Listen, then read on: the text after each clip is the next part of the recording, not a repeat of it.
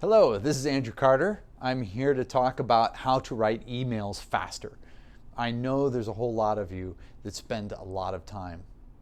Do you look at your email inbox and wonder, will it ever be empty? Well, my goal is to help you empty that inbox and get to the point where you are sending emails out faster than you're getting them. So, to get there, you have to start thinking a bit differently, because you know the process you've been doing now hasn't worked as well.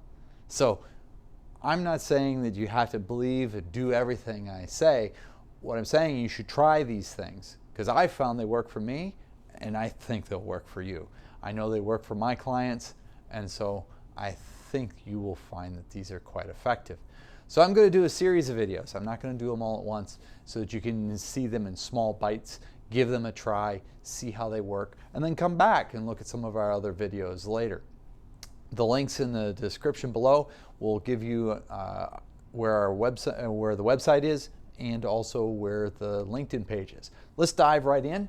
So the first thing is that there are several kinds of emails. Okay, you're going to have marketing emails. There are a lot of good videos out for those. I would highly recommend you get somebody who's a specialist in writing those and watch their videos or have them coach you.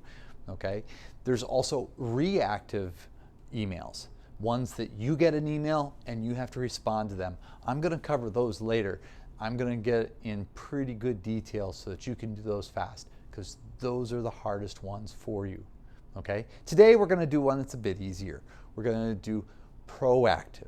You find something in your work and you need somebody else to do it, and you're going to send them an email. Okay, the first step you have to do is think about that person. Okay, often we don't. We think about the problem. We jump into the problem. This is the problem. We got to fix this. This is what's got to be done. We don't think about it from the other person's perspective. They may not see it as much of a problem as you do. And part of the purpose of your email is to convince them that it is something important and they should spend their precious time to work on it for you. So that's the key. Think about it from their perspective. Why should it be important to them? Okay? So that's the purpose. Who is the audience? Put the purpose in the opening sentence. Not buried, not later, not after socializing.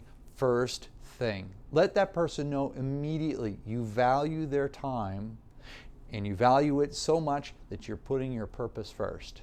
You let them know immediately what it is you're writing about. Then they can make the decision to deal with it right then or to put it off. Okay? Now, hopefully you do a good job and they won't put it off. Okay? So, you put your purpose in the opening sentence. Okay?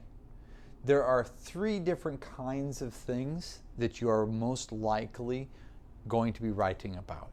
Okay? Yes, there are some things that go into other things.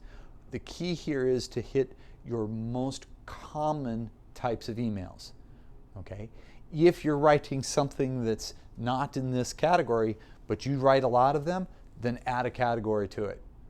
Okay? Add to the knowledge. Figure out what's the most concise way to write your purpose, and then use it all the time. The other person is going to look at your email, and chances are it's not the only email they're going to get from you, and you're probably going to send more. So if your format is always the same, you will save them the trouble of reading through it. We don't need stories. We don't need long prose. We need it to be to the point. We need to know what's expected of us. I'll cover some of that in more videos. So, here we go. The inform style. This is where you're trying to give them information that they need for some reason. Okay? Perhaps you saw something that showed they had a lack of knowledge, and so therefore you're sending them some information so that they won't make such mistakes or such choices in the future. Okay? So the first sentence, here's an example one. This email is to inform you that. Okay? Straight out. Just, this is to inform you. This lets them understand exactly. Okay? The second type is persuasions. Okay? This email is to convince you that. Okay? Now I'm trying to convince you. I'm trying to change your mind. The person reading it knows exactly what the purpose is. They know what to expect in the ongoing email. Okay?